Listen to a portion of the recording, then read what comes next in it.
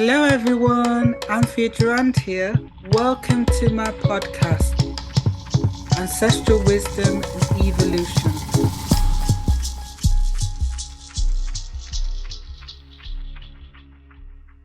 Welcome, everyone, to this latest episode of Ancestral Wisdom and Evolution podcast. I'm really pleased today to have Nanette Sandiford with me today. So, from a young age, Nanette has been connected to the spirit world and has lived her life in spiritual openness. In her late teens, she began to explore different practices and began to practice Buddhism and Yoga. She then went on to develop further her skills and train with various spiritual teachers in different practices. Through these practices, she began to build a strong connection with her guides. And as she dived deeper into the connection with her guides, shamanism began to call her. When she connected to this ancient tradition, she knew she had connected with a tradition that she really felt connected to. She has also spent time sitting with the plant allies to deepen her spiritual practice further. Nanette is very much a modern medicine woman. Welcome, Nanette. Thank you very much, Anthea. Thank you for the intro. So, Nanette, what motivates you about your spiritual path?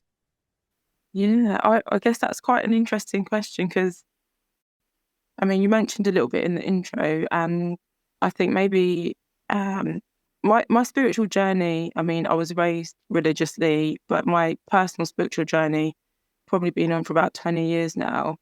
And I find like as I've been developing or going down different avenues, I might have times where I take like break from the spiritual journey, or think that I'm taking breaks, and it kind of like just calls me back automatically. So it's almost like something that I can't really escape, I feel, at this stage. So I'm quite lucky and fortunate to be in a position where it kind of naturally flows through me.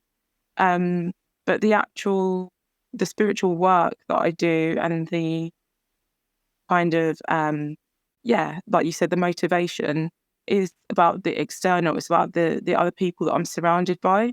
So I do feel like, you meet many people on the path and they've got different assignments, I believe, from the universe. Yeah. I definitely feel like part of my assignment is to be there to support others and to help others through the human process, and especially living in the age that we're in and the world that we're in as well. So those are things that kind of like keep me going and keep me interested and keep me kind of excited about this kind of work that we do. So yeah. So it seems you're very much aligned with yourself and how you're guided from what you're saying. Yeah, I'm the type of person who's quite like self-reflecting. I met someone new a couple of weeks ago, and he really picked up that I was quite philosophical. And I kind of thought, that's quite interesting. It's kind of something that people are kind of seeing from the outset. So yeah, I like to kind of reflect on myself and my practice, and I'm the kind of person who kind of questions everything. So even if I'm learning something new or if I'm practicing something, I kind of after a while I'll take a step back, reflect on it to see if it is actually aligned with what I'm supposed to be doing and whether it continues to resonate with me and if it's something I should continue to do. So yeah, that is a massive part of my practice, self-reflection, definitely. Yeah. That sounds great. So, as I said earlier, shamanism really has drawn you. You really feel in resonance with that. So, could you talk about shamanism as a way of life? Yeah, definitely. So, there are a few things I practice, but when it came to my shamanic practice, that was something that really did draw me in the most. It feels the most natural to me as well. So yeah, it's a practice that I really do feel like there are many avenues to the spirit world, and there are quite a few people that I've met along the way, and they've got their own practices and their own things that they kind of call on that gives them the same effect that the shamanic practice gives me. So, for example, I've got a friend who's a musician, and the way that he describes it is that music is something that, it's indescribable, and it's something so vast, and it creates such emotion, takes you in so many different directions that you can't explain it, but it's got a magical hold over us. And that's how I feel with the shamanic practice as well. I feel that it's just something that I naturally kind of resonate with. And another example as well, I was watching, I'm quite into, I mean, I'm a born and bred Londoner, but I'm quite into surfing. So I've been watching documentaries about surfing. Not that I can surf, but I've been watching documentaries about it. And the most recent documentary I was watching was about these sort of young women, so sort of late teens to early 20s. And they just kind of are really, they don't talk about it as a spiritual practice, but the way that they reflect on it and the way that they feel it within their lives is the way that I feel about shamanism. So one girl, for example, described that when she's riding the waves, it's like she's a channel for the energy of the ocean. And I feel like that with the shamanic practice. It's like I'm a channel for the spirit guides, or I'm a channel for Great Spirit, bringing down information and useful tips or useful ways for people to live their life. Sometimes it's called like the hollow bone, isn't it, in shamanism? So that really is something that I feel deeply within myself. But yeah, it's kind of something that happened organically. It wasn't decided that I would predominantly practice the shamanic path. Sometimes it takes a while for people to navigate and find which path is right for them. And I've tried many. We kind of live in an age at the moment where a lot of us are less religious, and there's so many options. And especially when you're living in the Western world, and you've got the internet, you've got access to so many different things. So you can practice loads of different things, and I've done that. And there are many things that I still hold on to. But with the shamanic practice, that is something that I always keep coming back to. And I've done some sort of like past life regression work for myself, on myself, or others have practiced it for me. And the lives that I've seen in the past, there's always been an element of this resonating throughout it. So it's I think that's probably why it comes quite naturally to me. It's something that just already within my DNA or within my being.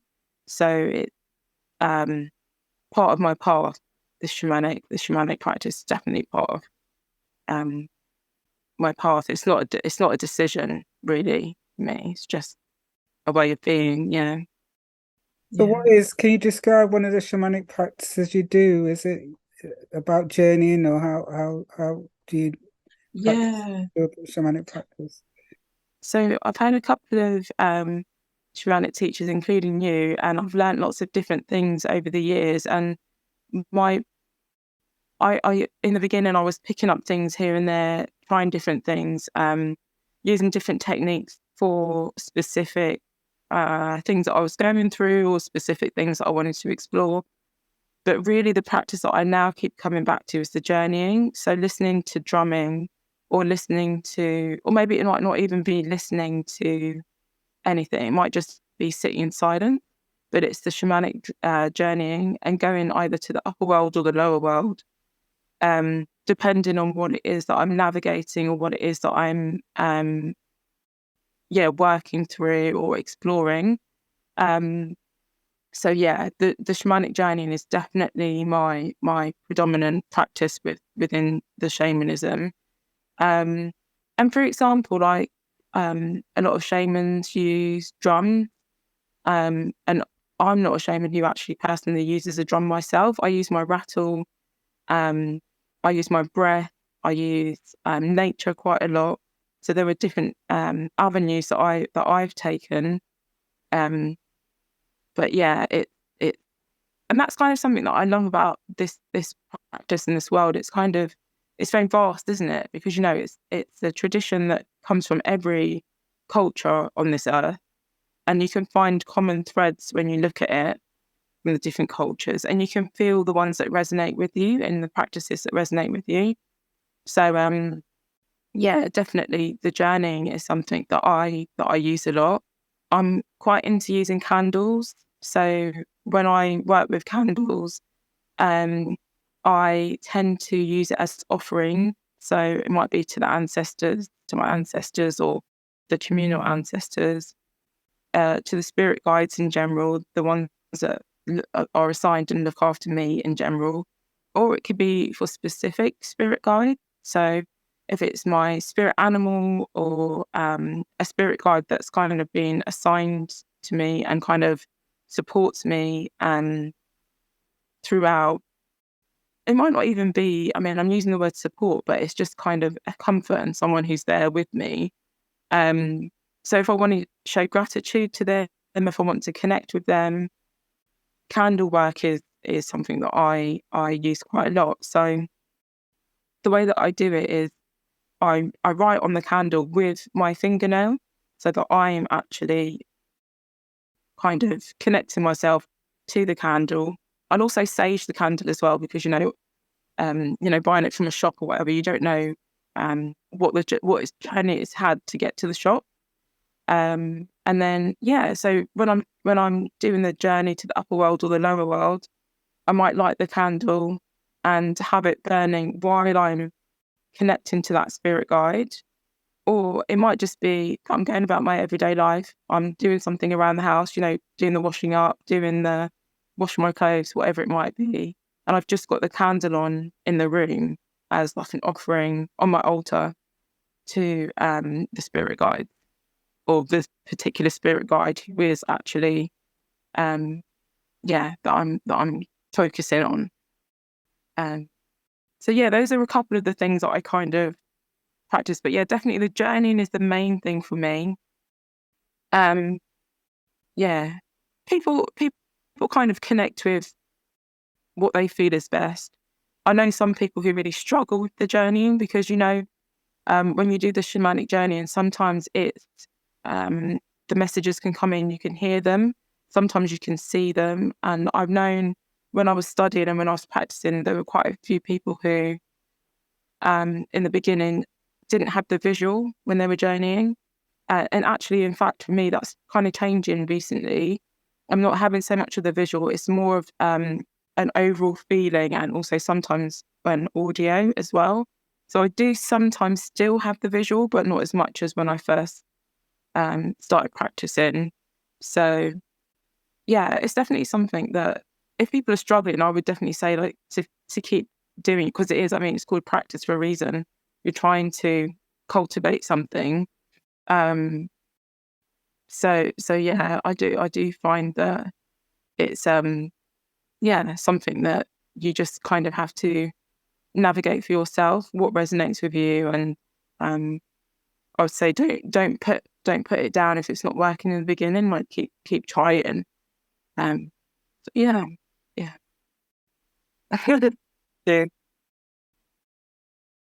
So, you started talking about connecting to the spiritual guides. So, how do they help Mm. you in your everyday life? Just by connecting with your spiritual guides. Yeah. So it's kind of funny because like living in this current modern contemporary world, it could be very easy to walk through life without the spirit guides, or not even notice that they're there. Um, and I find, for me, on a personal level, the way that I've worked with them is always in for my spiritual health and for my mental health, my emotional health. Um, they are. Um, I mean, I'm also a Buddhist, so I'm a practicing Buddhist, and I find that it's like two sides of one coin. So the Buddhism is kind of helps me with the kind of like my intentions and my goals for moving forward in life. And the shamanism kind of helps me to connect to my true self. It anchors me down in that kind of sense. So when you're working with, or when I'm working with the spirit guide, they're like massive anchors for me. They really do just kind of help me to remember who I am, mainly, to remember what my path is, and also just to kind of like calm me. So it kind of, so say for example, if something's happening in life, if I'm stressed out about something, I'm in a situation where I'm not enjoying it, what I find really good to do is just, instead of going into sort of like a manic mode, I just kind of sit quietly. It doesn't even have to be like a proper journey, but I sit quietly, take some peace for myself and connect to my spirit guides. And I'll ask them, I'll see if there are any guides that kind of want to come through and come forward to help me, support me in that specific thing.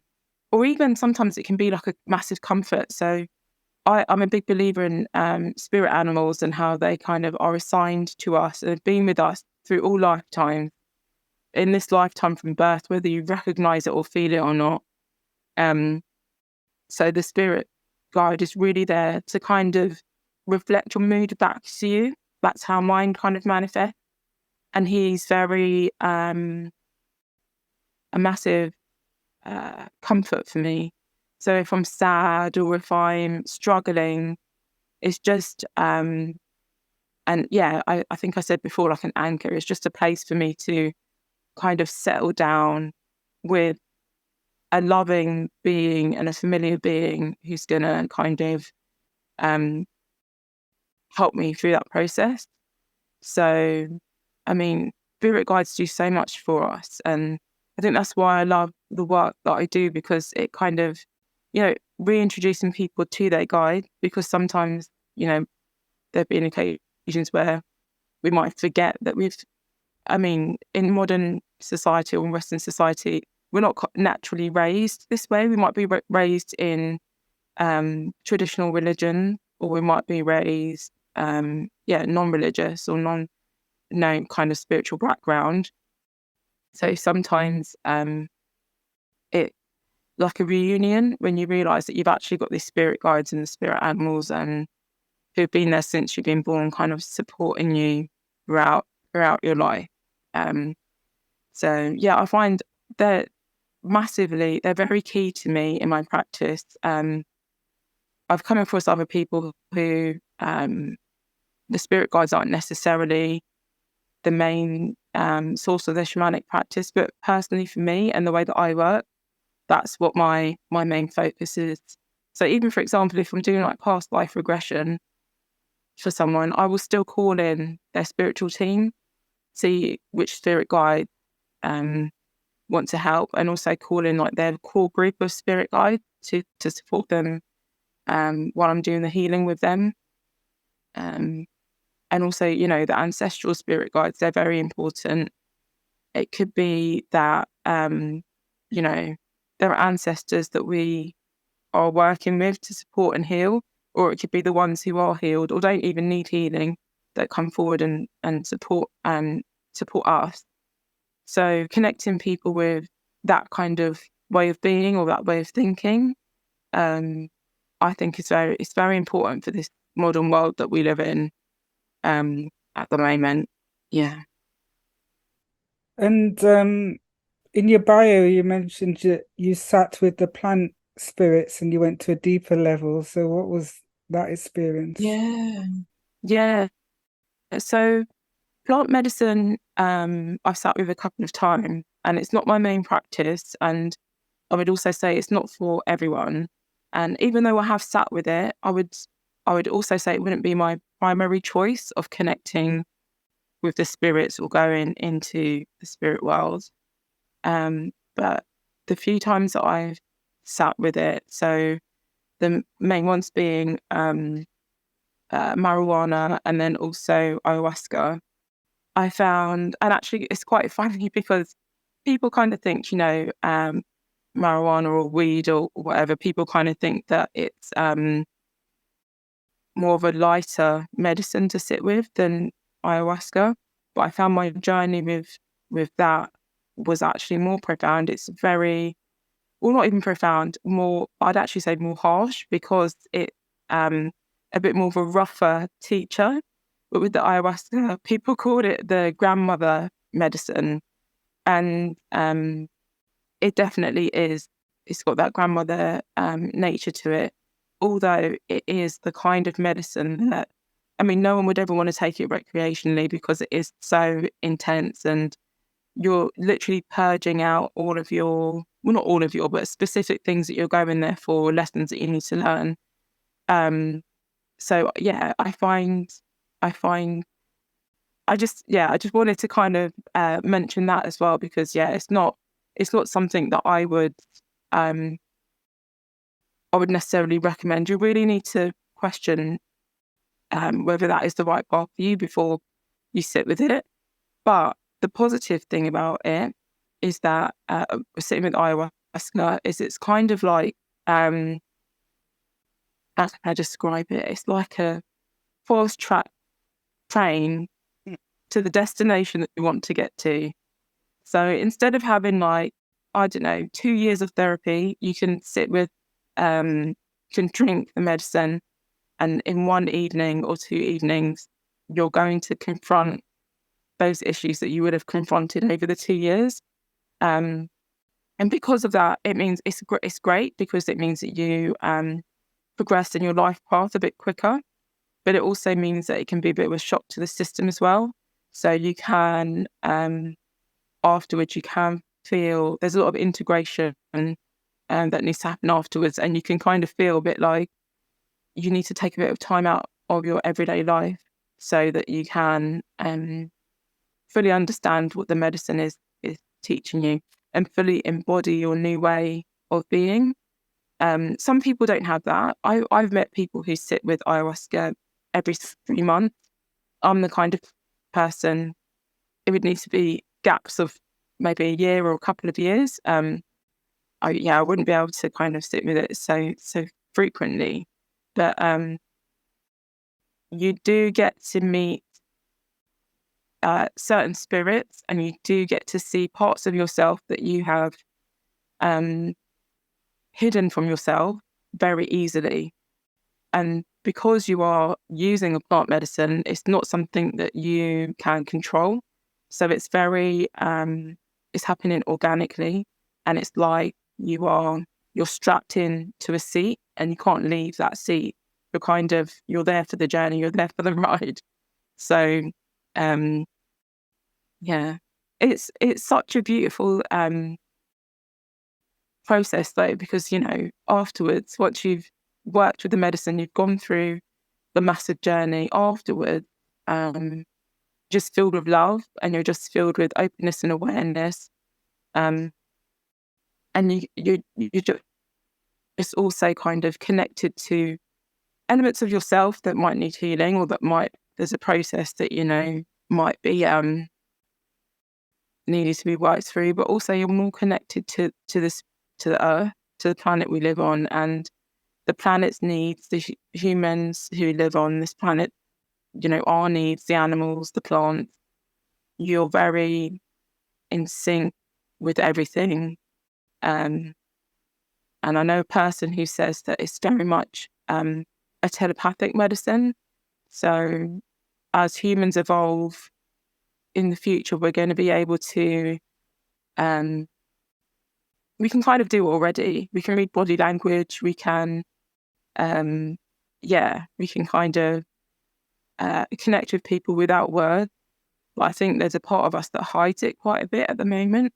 But with plant medicines, it's much easier to resonate with the people that are in the room with you, or even if it's like a distant healing, a person who's distant away that, you're connected to, there's healing that needs to be done with that relationship.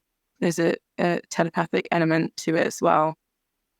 So it's very fascinating. It's something that I love doing research on as well. And I just think, I don't know, I feel like maybe, because, we live in the UK, so it's kind of like, I'm hoping that those things are going to become a bit more accessible to people and a bit more regulated, so that, if you want to take that path, then you know that you're going to be able to do it safely, and you're going to be supported, and it's in the right environment, and that you don't necessarily have to spend so much money traveling to other parts of the world, South America and stuff, North America, to kind of to practice it. So yeah, I'm hoping. I mean, it seems that we follow trend of what happens in the US. So they were kind of like, I don't know if they're making things legal, but they're making it, well, actually, yeah, I think they are. In some states, they're making some things legal, like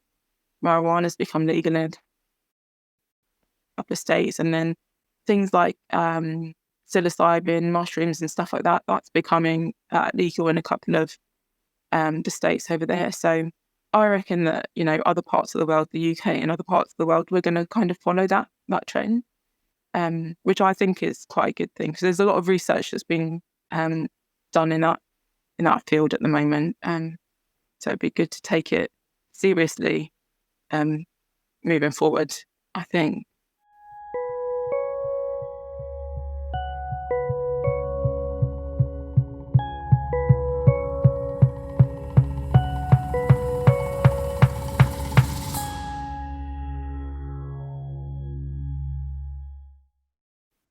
So I know you're gifted a channel. Is there any message you want to give humanity? I know there's always a lot going on in the world, but yeah. Yeah, that's a big one. I think, the last couple of months for me, since probably around April-ish time, my guides have kind of set me on a bit of an assignment. And I think that they're very grateful to you, especially for this platform and being able to express their their message, because this is something that I feel like they want me to work on, but now they're kind of glad that they're getting this opportunity to kind of express what this message is for humanity. So, like you said, there's so much going on in the world, so much change, and I mean, all ages of human existence, there's been trauma and there's been conflict and just crazy stuff happening. But I guess because we're living in this present moment, they're focusing on this present moment, and they just kind of want us to be as prepared as possible and as grounded as possible.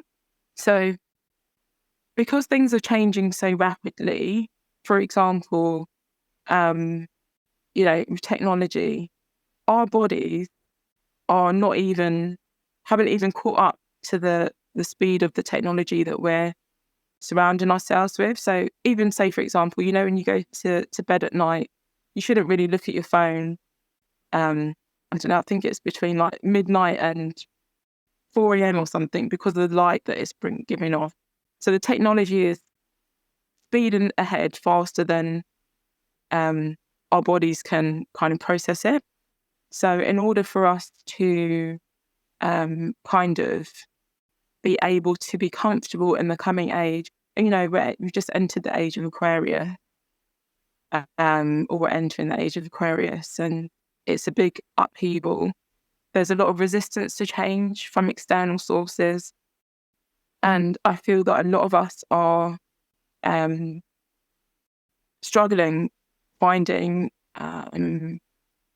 sort of like how to be comfortable and the comfort for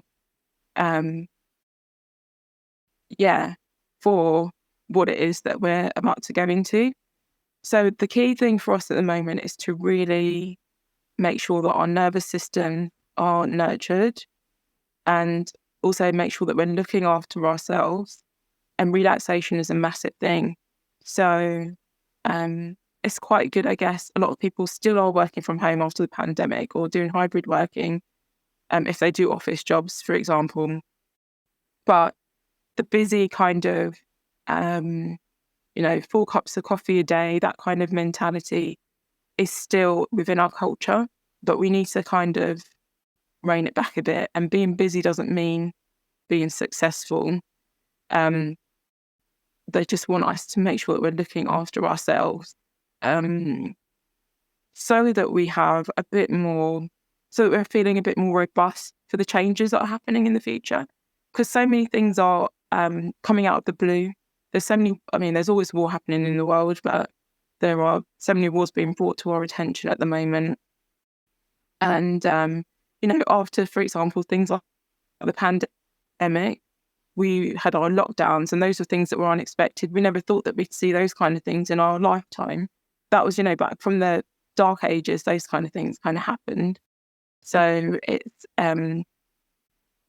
recognizing that it is a world where you need to take self-responsibility for your well-being. You need to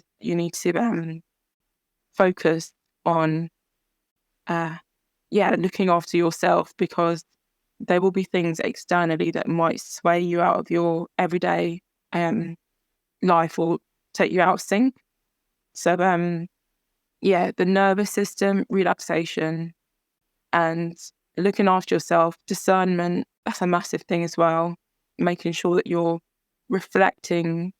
You're not just, there's so much information. We live in the world of the age of the internet. We can search for anything we want. We've got when I was growing up, the news was on in the morning, and then in the evening it wasn't this 24-hour news cycle that we've got. So people are constantly bombarded with information. So discernment is very key at the moment. The guides want us to kind of remember that, coming back to our true natures, and I like to call ourselves like the human animal. We forget that we're animals. We forget that we are part of the ecosystem, and we're part of nature and the trees and all that kind of stuff. And we need to. Technology is amazing, and I use it a lot with the stuff. Look at us now. We're not even in the same room, so and we're able to do this. So it's it's an amazing gift, but we shouldn't really forget who or what we are. And if we are looking to move forward and use these new inventions, then we need to also remember to ground ourselves and secure ourselves. So yeah, I'm just checking in if there's anything else they want to say, because I feel like that's the main message. Like not to bombard people with too much. It's just that kind of making sure that we're nurturing and loving ourselves, grounded. Yeah. Thank you. So for the audience, you've got a nice meditation process to relax the nervous system that you like to share. Yeah. So I don't know, this might just go for about 10 minutes. So something that's really important that would be very good for a lot of people to practice is actually this. Another message is coming through. This is for a specific group of people, but it's a big group. So there's a lot of people who could benefit from doing breath work. Now, I practice breath work, but I don't teach it or anything. So that's not the practice I'm going to do now. But I just wanted to say breath work is very, is a very, very good tool for a lot of us to have.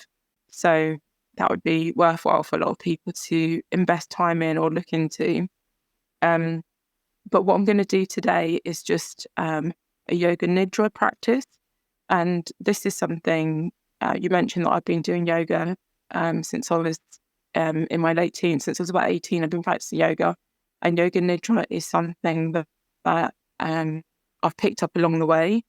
And it's a relaxation technique that's very good for calming the nervous system and just grounding us. So I thought I'd share that with everyone today. So, okay.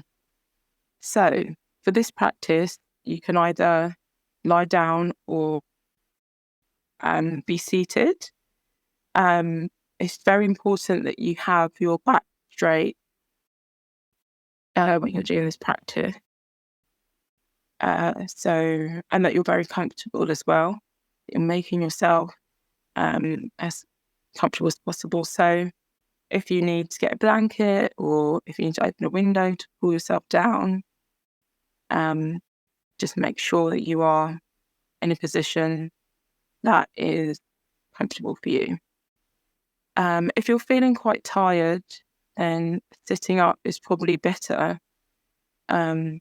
With this practice, because it's so relaxing, sometimes you can fall asleep, so probably better not to lie down if you're feeling quite tired. And then once you've made yourself comfortable, you should take 3 deep breaths. So you can take a deep breath in, first deep breath in, and then take a long deep breath out. And then you can take the other 2 breaths at your own pace. And while you're taking those breaths, if you can just think of a sankalpa, and a sankalpa is a Sanskrit word for an intention. So for this practice, what would you like to gain from this practice? What would you like to benefit from this practice? It could be anything from just feeling peaceful and relaxed, or it could be that you've got a job interview tomorrow and you wish to succeed in it. So just have a little bit of a think of what you might like to set your intention for this practice. Okay. And then before we begin, just checking that you're nice and comfortable. And while I'm going through the practice with you, if you stay as still as possible to gain the benefit, then make sure that you're in a nice, comfortable position. Okay, so we'll begin. So draw your attention to your right hand thumb, the first finger, the middle finger, the ring finger, the little finger, the right hand palm, the back of the hand, the right wrist, the right lower arm, the right elbow, the right upper arm, and the right shoulder. The right hand side, the right hip, the top of the back, the top of the right thigh, and the back of the right thigh, the right knee, the shin, the calf muscle, the ankle, the top of the right foot,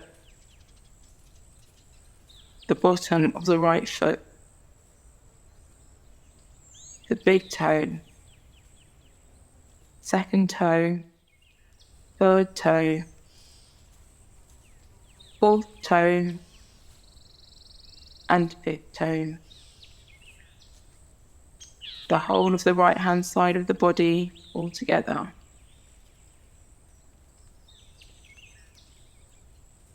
The left hand thumb, the first finger, the middle finger, the left ring finger, the left little finger, the palm of the hand and the back of the hand, the left wrist, the lower arm and the elbow, the upper arm and the left shoulder, the left side of the body, the left hip, the top of the left thigh, the back of the left thigh, the knee,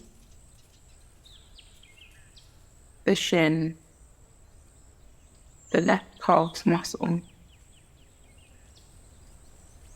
the left big toe, the second toe, third toe, fourth toe, and the fifth toe. The whole of the left-hand side of the body all together. The abdomen, the chest, the buttocks, the lower back, and the upper back. The whole of the torso all together.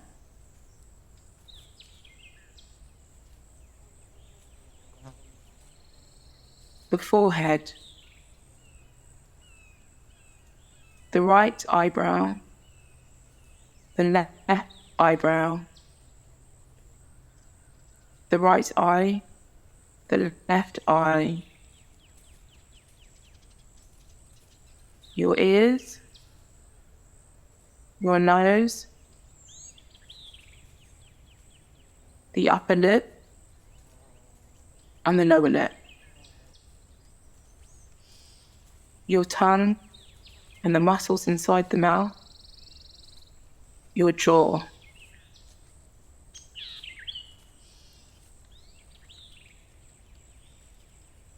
the right eyebrow, the left eyebrow,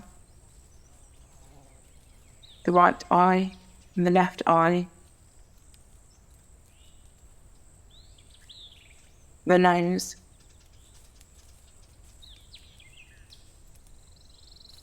the ears, the upper lip and the lower lip, the tongue and the muscles inside the mouth, and the jaw. The whole of the face and head all together.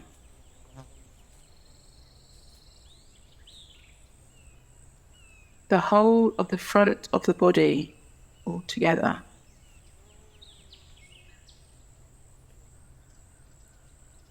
The whole of the back of the body all together.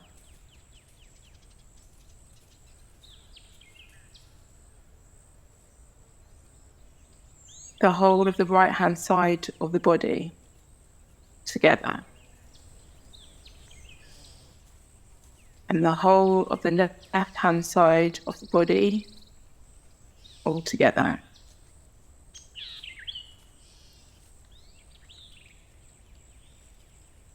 The whole body relaxing all together.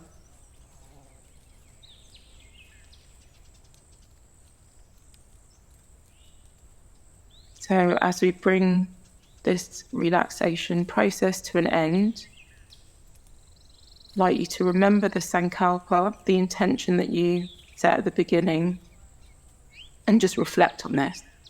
Nothing to do, but just reflect on the word. And then to bring ourselves out of the practice, take 3 deep breaths. Open our eyes slowly, wiggling the fingers, starting to move the shoulders, starting to move the rest of the body. So wiggle the hip, wiggle the legs, the toes, the feet. And as you continue to take the deep breath, slowly coming back into the room, and to end the practice.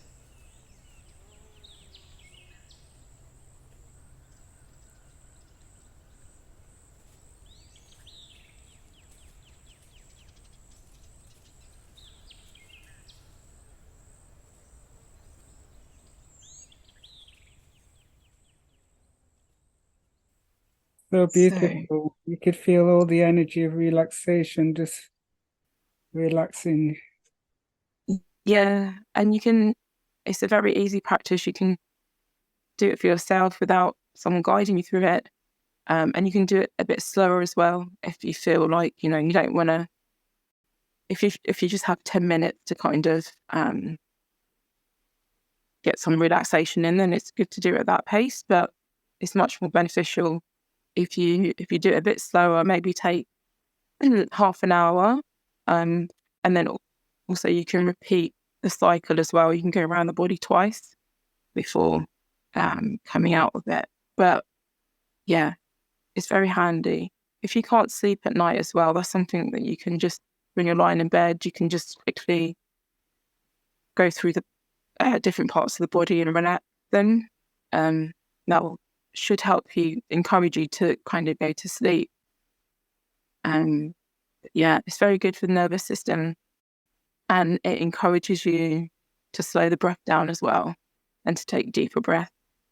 So that's something that, yeah, we should be practicing, taking those deeper breaths right into the belly.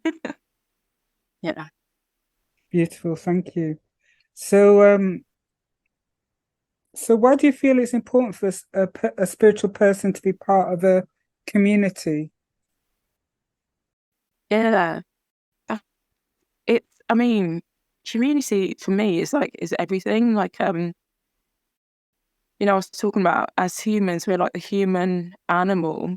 And I think sometimes, I've mentioned it a couple of times in this podcast, like in this modern age, we kind of forget our animalistic need. And part of being human is to be connected with like-minded people who are nurturing and supporting and loving towards us. And back in the day, we might have got that from being in, living in smaller villages or living in tribes and things like that. Staying around our family for longer, living within the family unit a bit longer. So in a sense, we have to kind of create that in our modern world now. We have to kind of make a conscious effort to find community. So it could be for anything. It could be, it could be religious, it could be spiritual, it could be, finding a group to practice shamanism together, finding, if you're religious, joining a church or something like that.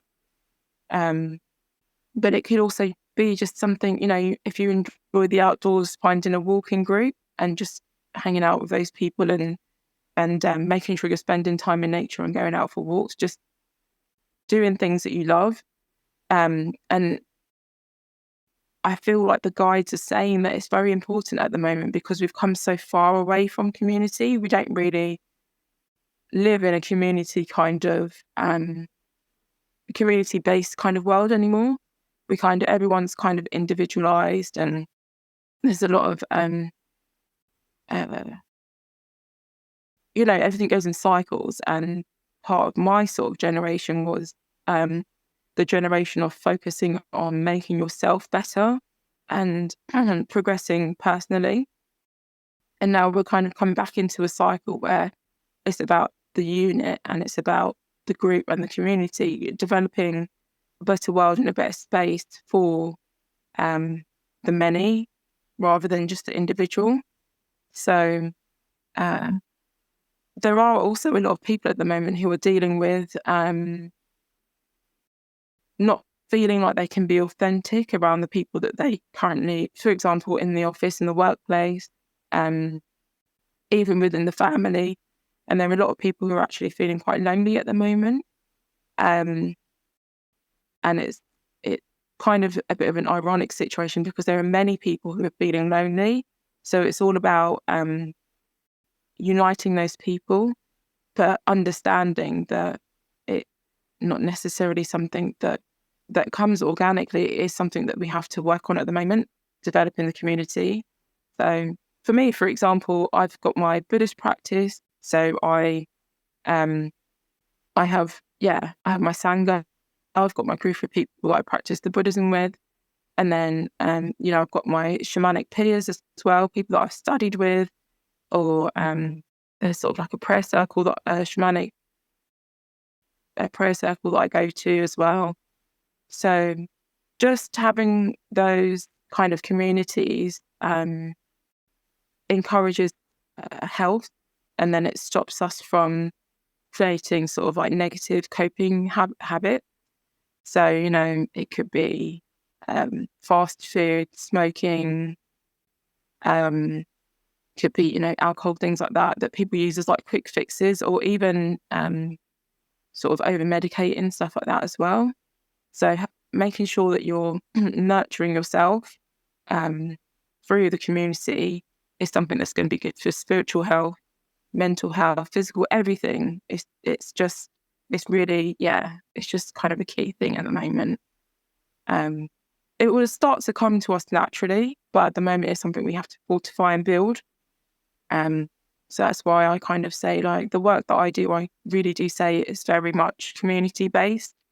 That's a community service. And that's what my intention is for the future, bringing people together and creating a space that people can find comfort in, you know, when they practice with me or when they have treatments for me and stuff like that. So, community is massive for me. It's something, so really important. Yeah. So, Nanette, thank you for all this wonderful information that you've shared.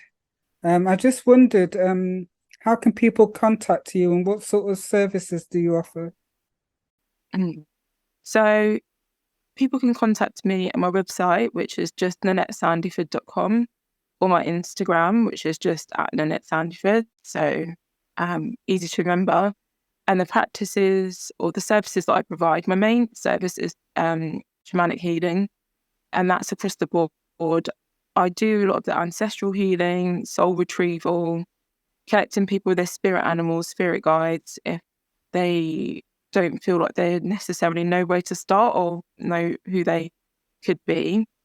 I've also, because my background is also in Shiatsu and Reiki and traditional Chinese medicine as well. So I combine all of those things, and I do energy healing also. And then just things like this yoga nidra that we just kind of walk through as well. I incorporate that into my practice. So yeah, those are the services that I'm providing for everyone, and whether it's in person or virtual. So yeah, that's me. Well, I know you've got a strong connection with energy in your guides, so I highly recommend people contact you. So is there anything else you'd like to say before we finish the meeting? Anything else you want to share with the audience? I don't think so. I feel, I mean, for me, it was really important to get the message of the guides across, and I feel like that message has been shared. So I don't really have much more, but I'm just really grateful for this platform and this work that you're doing as well. Like, it's amazing just to kind of start spreading the word and kind of supporting people and doing this work. So me and the guys were saying thank you, and very, very grateful for anything that you're kind of working on at the moment. Yeah, I'm grateful for the lovely souls that are doing amazing things on the planet, and it's great to have this opportunity to share them with the world even more.